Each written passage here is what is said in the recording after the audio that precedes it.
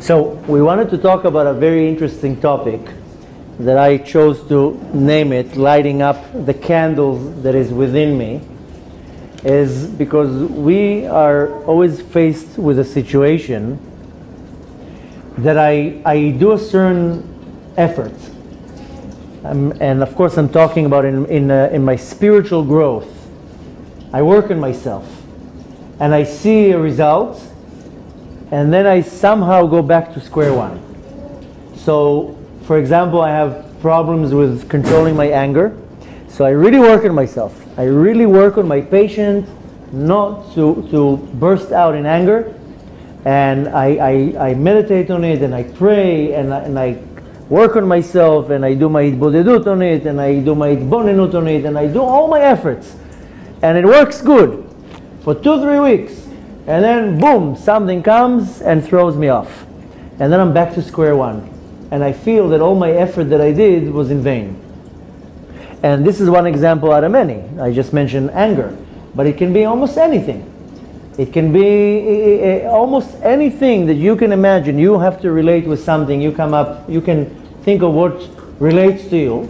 But we often find that we do an effort. And the thing is that some people are in a very low level that they didn't even get to understand that they have to work on themselves. That's a low level. And B'ezrat Hashem, they're also going to get to the point that they're going to understand at some point that they need to work on themselves.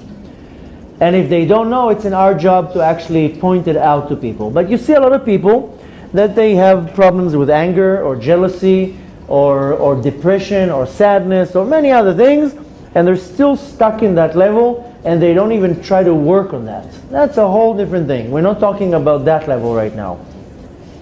We're talking right now about the level that I do know that I have a problem or something that I need to work on. I'm saying problem, but it's not necessarily the right word to say a problem. Something that I need to work on. It can be even in a positive thing. I just mentioned a negative thing that I have to work on my anger, on my patience. This can be also on a good thing. I want now to add something in my Avodat Hashem. I want to add something good. And I'm saying, okay, from today, every day, I want to pray. I want to pray every day. And I want to make sure that I'm not missing that prayer a day. And for 2-3 weeks, I'm going, and I'm not missing the prayer, and I'm doing it exactly how it has to be done. Boom! After 2-3 weeks, pitom, one day, I'm off. I fell. And then again, I have 3-4 days that I'm not praying, and then again, climb myself, build myself up.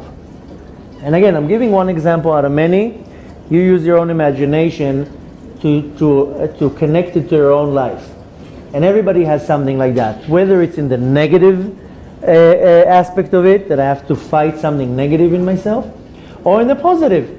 I mean, we make achlatot, we make these resolutions, and we say, okay, starting this week, every day I'm reading my daily portion of Tehillim. And starting this week, I'm going to go to a class every Tuesday in Be'er Miriam, or whatever. You make your hachlata. You're talking about the union of perseverance or something else. No, anything. I'm talking right now. Excuse me. Something decided to do, and then you stop. Exactly. Yeah. So that's the union of perseverance. I don't know the term that you use, but yeah. But I'm not. This is one example out of many, because I'm trying to paint a very general idea now that I start something, I work on it, I have success for a certain while, and then I fail again.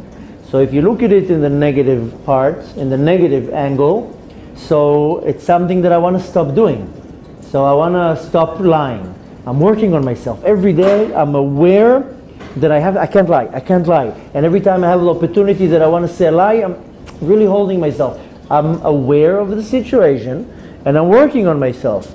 Or lashon hara, or stealing, or any bad thing. I'm working on myself. I have a period that I'm very aware of the situation, and then I had a weak day, and boom, I fell. And then it throws me off, because I had a good run for 2-3 weeks, or 2-3 months, and boom, I fell. And the failing, the nefilah, throws me off. And then I fall into this pit again, and then climb up again. And you see it with anything. So I gave one example in the negative part of it, And in the negative side, then you can find many things, and each one can relate with something else. One person has a problem with Lashon Hara. One person has a problem with lying. Another person has a problem with stealing. Another person looking in the wrong places. Each person is dealing with something that they are aware that it's bad and they're working on it.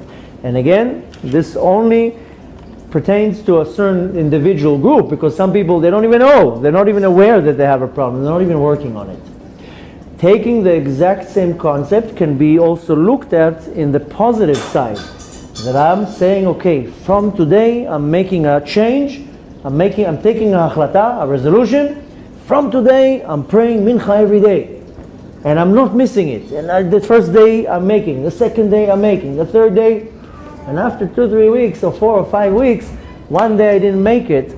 For whatever reason, the Yetzer Hara overpowered me and I fall down. I fall down from my level. So I'm just giving different scenarios. I want to more talk through the concept how I'm getting out of it rather how I got into it. You have to use your own imagination in your own life. What is that going to do with me? So I'll give you an example. Let's say I had a certain achlata this year that I'm going to learn a page of Gemara every day. Okay? I'm just giving you a personal example. So now my Yetzer Hara is going to work overtime, so I'm not going to be able to come to the point that I can learn one page of Gemara every day.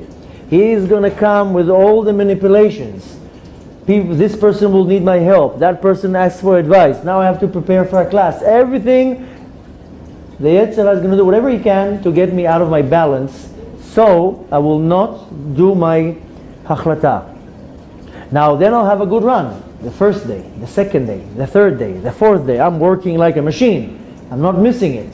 And it's in my awareness that I have to work. And I can't miss it, I can't miss it. Comes already halfway through the day, I have to do my Daf Gemara.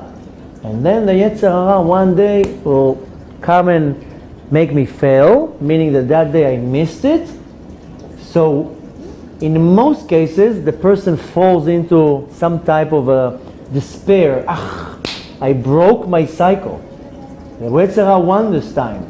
Now a strong individual says, he quotes Rabbi Nachman from Breslov and says, "En Yehush Ba'olam, there's no such a thing. Nothing happened. I missed it today. Tomorrow I'll do 2 pages and I'm continuing. Nothing happened."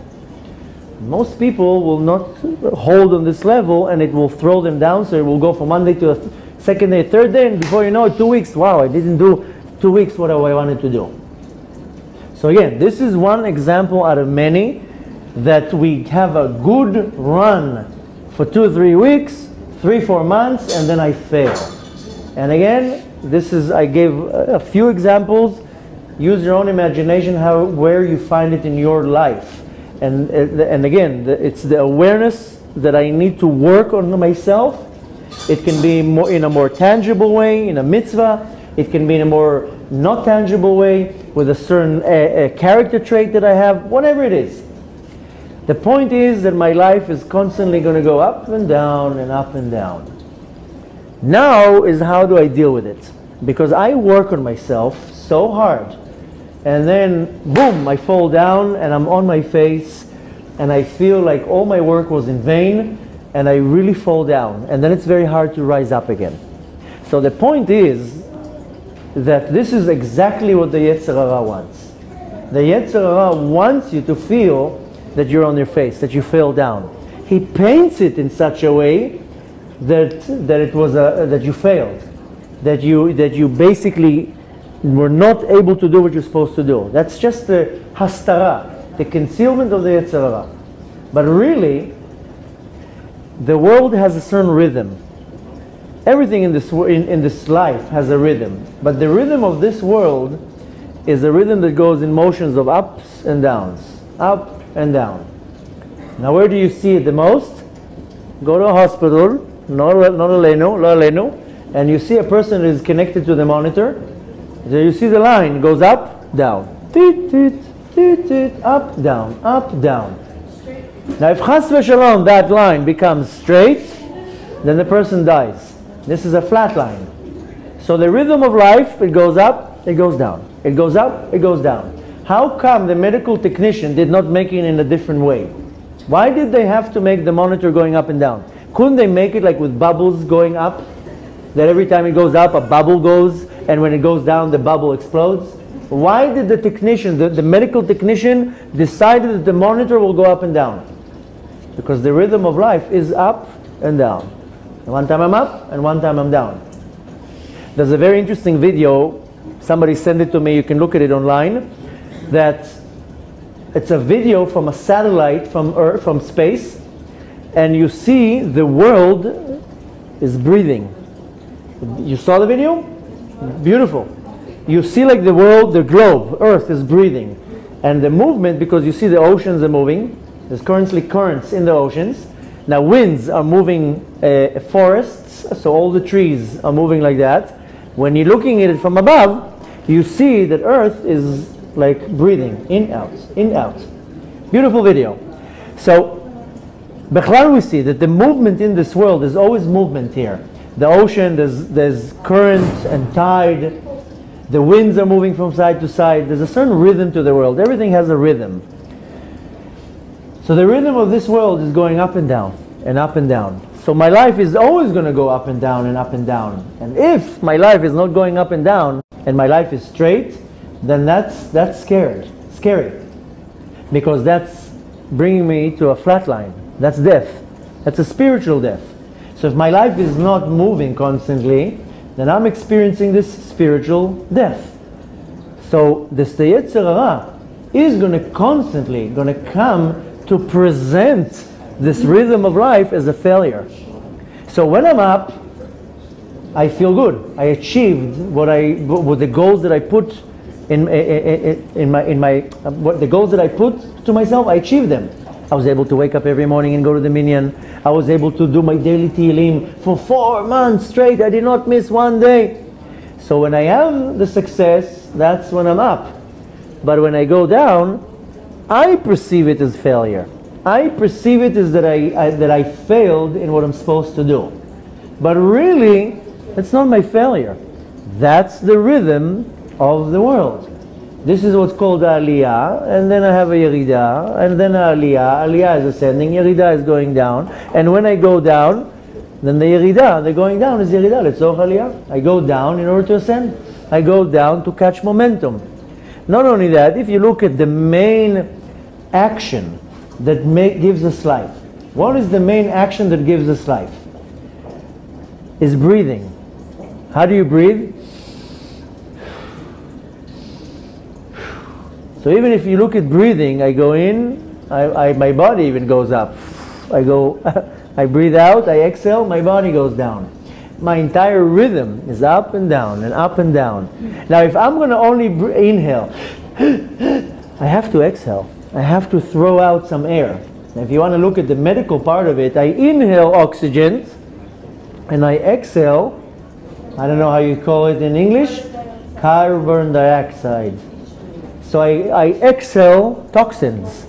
I inhale a certain gas, air, and it goes through some type of a process, and then I exhale, so to say, poison. So if I'm going to take the example of breathing, so when I go up, I'm inhaling. I'm pumping my neshama with something positive. But then I have to exhale. I have to throw out some bad things out of my system. So I will go down. Now the Yetzer Hara right away will take the opportunity. You failed. You're a loser. And what is he going to do? He's going to push you down. When you going in the motion of down, but it doesn't mean you're going down. It doesn't mean you fell down. Now the Yetzer Hara is going to take the auspicious time to push you on the ground. But this is just the trick of the Yetzer Hara. On Friday, when we sing Lecha Dodi, this is a very holy song that was compiled by Rabbi Shlomo El-Kabetz, that you can go and visit his grave. It's exactly a 5-minute walk from here. And he's buried next to the Arizal. That in itself just goes to show you the level of where he was, if he's buried next to the Arizal. But he compiled a beautiful song that it was somehow all the congregations and all the communities took the song and sing it. All the congregations and all the communities are singing Lecha Dodi on Erev Shabbat. And in this holy song, in the 4th line, he says a very interesting line. He says, "V'itnari me'afar kumi, v'livshi bigdei tifartech ami." What does it mean?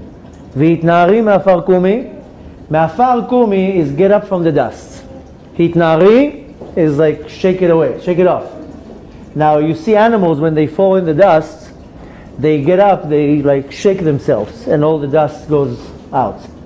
This is the concept of Hitnari me'afar kumi. Afar is the dust.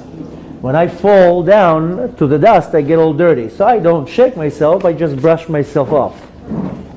But if any dirt is going to fall on me now, I'm going to brush it off. I don't have the action of an animal to shake myself. But he says, Hitnari me'afar kumi. Get out from the dust and shake it off. Now, what's the action that's going to be after that? V'livshi bigdei tifartech ami. Wear the clothes, the garments of the glory of my nation. Meaning that my entire action here is I'm going to fall into the klippah. That's part of the cycle. I have to fall down. There's a reason why I fall down. I fall down in order for me to rise up and to take something with me. I mean, if I have to now sift a diamond from the dirt, I have to get myself dirty. If I'm now going to take a sack of diamonds and throw it into a pile of sand, or more exact, in a pile of mud, you're not going to think once or twice or three times. You're going to jump into the mud, even if it's with your brand new suit or your brand new dress, because you already see that diamonds are way more valuable than what I'm wearing. And I want to pull out these diamonds from this mud. So there are diamonds in the world of the klippot. This is the world of klippot. Klippah is a husk, is a negative energy that opposes Kedusha, and all these diamonds are captured by the klippah. I came down to this world to start moving these diamonds out. Now how am I going to move the diamond if I don't go into the klippah? If I'm standing like this and I meditate for the diamond to come out of the mud, it's not going to come out. I have to go in and get myself dirty, pull out the diamond, then I brush off the dirt. So the concept is that I came down to the world to refine the world. I came to clean the world. I came to shine my place in the universe. So now in order to shine, I have to get dirty a little bit. So I see it as a failure. When I fall down, I see it as a failure. But this is just my emotion. Because you can't and you will never be successful 100%. I'm using the wrong word. I actually take back the word successful. Because you'll never be consistent in a way. Let's say the word consistent instead of successful. Because let's say I made myself a decision that I'm reading every day a portion of Tehillim. I will never be 100% consistent. There will be one day that I missed it. There's no such a thing. No human being can be so consistent. And once in a blue, I mean, you can be consistent for 10 years. Don't get me wrong. But there's always going to be some type of a break. Now, here it's broken down into different categories, because some things you have to get to a level that you're overpowered.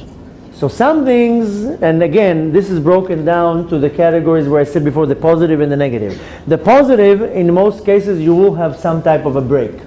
Whether it's reading the Tehillim every day, or praying every day, or doing something that you make a decision, akhlata, at some point you will have to have a break. Because the action is positive, it's like the inhaling, I have to have a break. But in the regards to the positive, to the negative, I want to strive to get to a point that it doesn't have a break. Because if I once had a problem with stealing, then I need to do my tshuva, and my tshuva will only be completed when I stop stealing forever and never repeating it again. Which means it never repeats itself. And if it repeated itself, it means that I didn't do tshuva. My tshuva is not complete. My tshuva is complete when I don't do the sin anymore. When people ask me, how do I know my tshuva is done? Is that you don't do it anymore.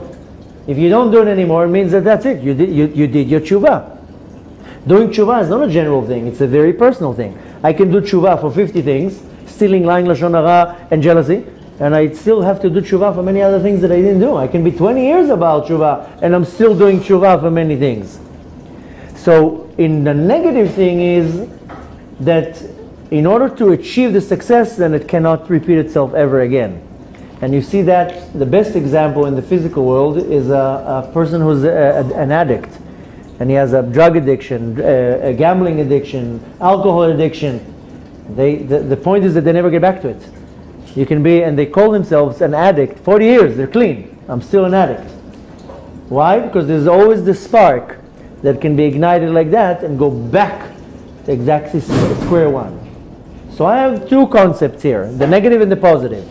In the negative, that's my avodat teshuvah. That's where I have to constantly battle, and for that I was created. And that's why Rabbi Nachman comes and says, En Yehush Ba'olam, because there's not even such a concept to point to despair, because the despair is the screen of the Yetzer Hara. There's no such a thing. When Rabbi Nachman says En Yehush Ba'olam, it doesn't mean that I have to constantly be like, okay, I'm never going to fall into despair. He says there doesn't even exist that thing. The concept of despair, of Yehush, doesn't even exist. It's the Yetzer Hara that came and added it into the dictionary. That the Yetzer Hara will come and present a situation as a failure that you'll fall into despair. Because if you now will have an action of chas v'shalom, a failure, and I will come and tell you, that's exactly what I wanted, then you're not going to think that it was a failure. You'll go, oh great, I succeeded. It's the Yetzer Hara that will come and tell you it's failure, and then he pulls you into sadness, into Yehush. In the positive part of it, the positive part is that I'm always going to have a drawback. It's not normal not to have a drawback. Almost any Baal Tshuva can testify, especially the ones who are Baal Tshuva for 20 and 30, 40 years, there's always drawbacks. There's always a period that you're a little bit low, that you're not on fire, that you're not excited. That's totally normal. The point is not to get affected by it, is not to be overwhelmed by it, is not to let it throw me off my balance. It's a total normal thing. It's a spiritual vacation. You have to have it. It's not normal not to have it. You can't be all the time going up. If you look at anything natural that goes up, it has ups and downs. You ever saw a plane taking off? I don't know if you noticed it. The plane goes up and it goes a little bit down. Goes up or a little bit down. You feel it when the plane has these air pockets.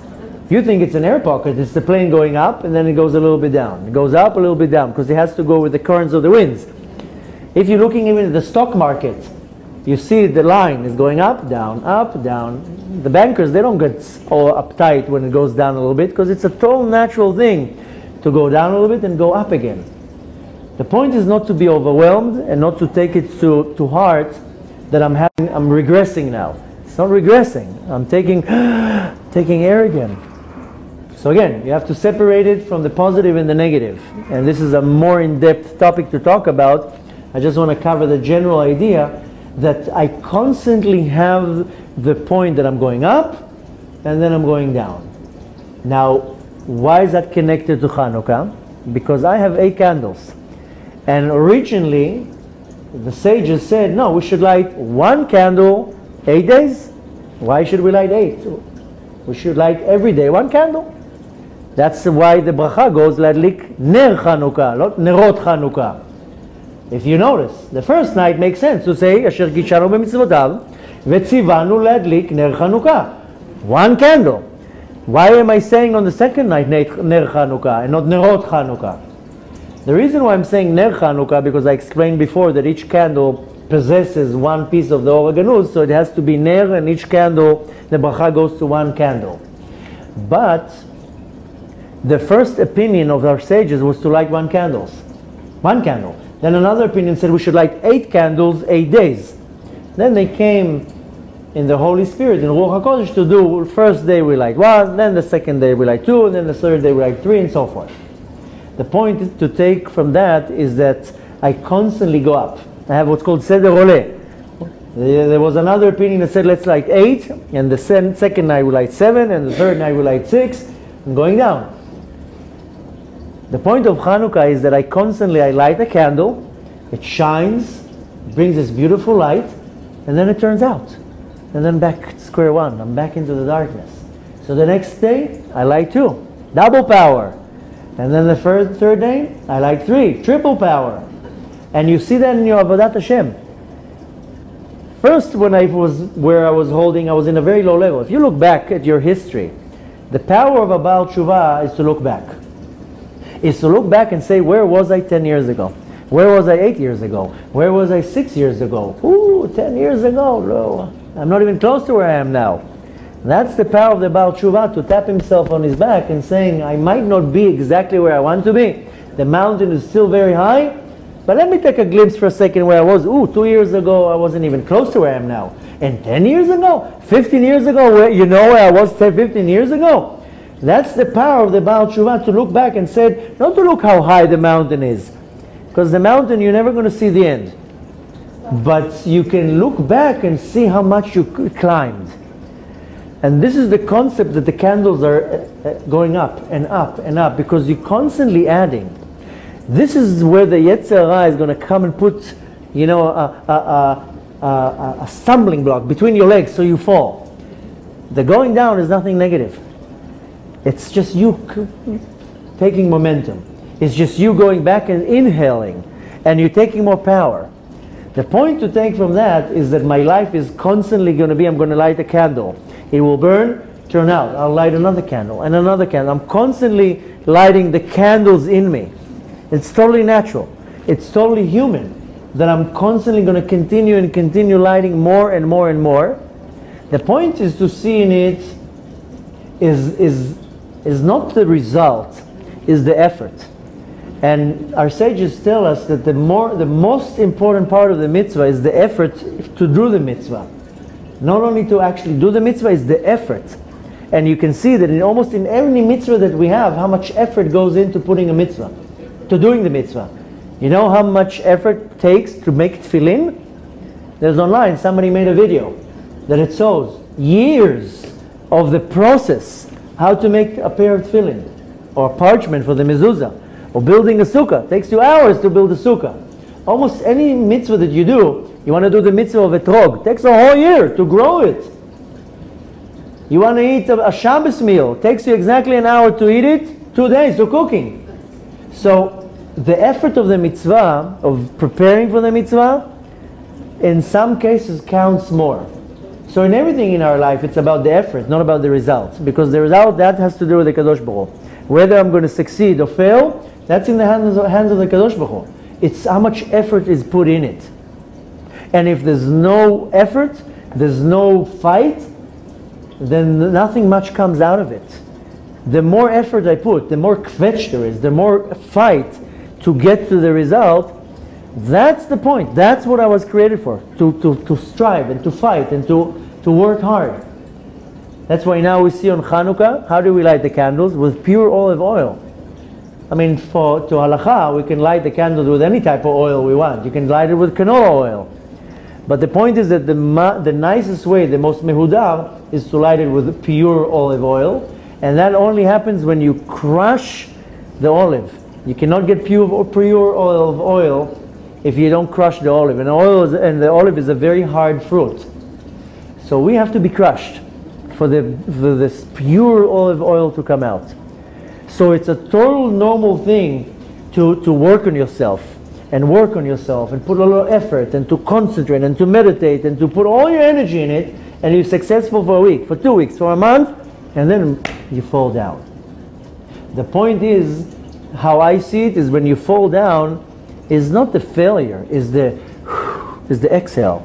I have to inhale and exhale. This is my exhale. I'm getting out, and when I fall down, so to say, it's only for me going down to be able to pull out another diamond, because the diamonds are on the floor. And I'm on purpose saying diamonds because diamonds are very valuable. And a person will jump into the mud to get the diamond. So I'm falling into the mud, so it seems like I get dirty, but it's only the external parts. So I take a shower, I'll take my clothes off, I'll wash my clothes off, but I got the diamond. And the diamonds are these holy sparks, this nitzotzot kedusha, that I have to take out of the klipa and elevate them. So when you work, you get dirty. You work where the cows are, you get dirty. That's how it is. But you derive something positive out of it. The point that it's just a frame of mind. If you're looking at something negative as negative, then it will pull you to a negative side. But if you're looking at it, it's part of the process, part of the healing, part of your work. It's not, then it might seem negative, but it's just the external part that brings you to the next level. So next time that you fall down in your level, or you feel that you failed in your process, don't let the Yetzer Hara come and cover it as a failure. Rather understand, okay, that's what I have to go through. And the teachings of Rabbi Nachman from Breslov, when he says En Yehush Ba'olam, is to penetrate into our knowledge that there's not even such a concept that the Yerida, the going down, it's a total normal thing. It's a total healthy and normal thing to take a step back. The Yetzer Hara is going to grab you at that point to pull you more down. Your part, what you need to concentrate is not to go below the level that you're supposed to go. You go a little step back. That's okay. Just don't go too many steps back. Once you already go too many steps back, that's when the Yetzer Hara already got you. That's when it's very hard to climb back up. But when you failed the first time, nothing happened. Let me get back up, hitnari, ve'afar kumi, brush off all the dirt, and continue going. That's why it's extremely important to constantly have this positive outlook that even when I fail sometimes, okay, nothing happened. Okay, so I failed this time. It's totally normal. Point to take to that we can derive from the holiday of Hanukkah. First of all, the motion of lighting the candle is diminished. The lighting another candle, it will diminish. There's nothing wrong with that. Then comes the next candle. Now I would light 3 candles. And tomorrow I'm going to light 4 candles. And at some point I'm going to go beyond nature and I'm going to light 8 candles. So it's only a process, it's steps, it's levels that I have to climb on. Eventually I will get to the point that I'm lighting my entire 36 candles that are already within me, and I will finish my journey. We spoke about it last week or 2 weeks ago that Yaakov Avinu, his life seemed like a tragic life. He had to be exiled from his land. Then he was tricked by Lavan. Then he was tricked in business. Then his son got kidnapped. Then his daughter got raped. It seems like he had a very bad life. But that's just the journeys of Yaakov. The same way that Bnei Israel, the Jews, went on 42 journeys in the desert. That represents the 42 journeys in our life. We have journeys in our life. And every point of my life, I take a journey. On the journey, it's hard, but then I stop. And then I camp a little bit, and then I go to the next journey. So sometimes this going back, it's just a camping. I'm stopping, so I can get ready for my next journey. So we know we have 42 journeys in our life. Here I'm talking about the 36 candles of that I'm lighting inside of me. But it doesn't matter the number. Don't get hooked on the number. It's the concept that there's always going to be the motion of lighting my candle. The candle will diminish.